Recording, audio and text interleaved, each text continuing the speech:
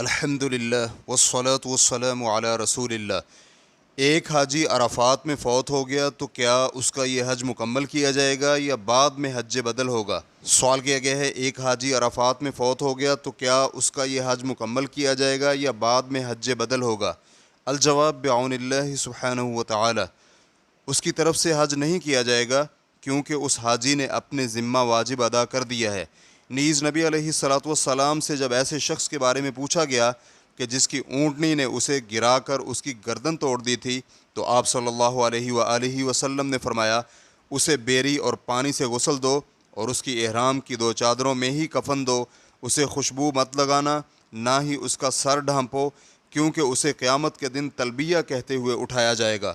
آپ صلی اللہ علیہ وآلہ وسلم نے یہ نہیں فرمایا کہ اس کی طرف سے حج بھی مکمل کرو۔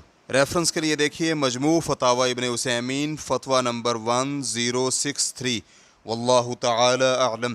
اسلام QA ریکارڈنگز، مؤسسۃ الشیخ محمد صالح المنجد، المملکۃ العربیۃ السعودیہ، فتویٰ نمبر 49049۔ والسلام علیکم ورحمۃ اللہ وبرکاتہ۔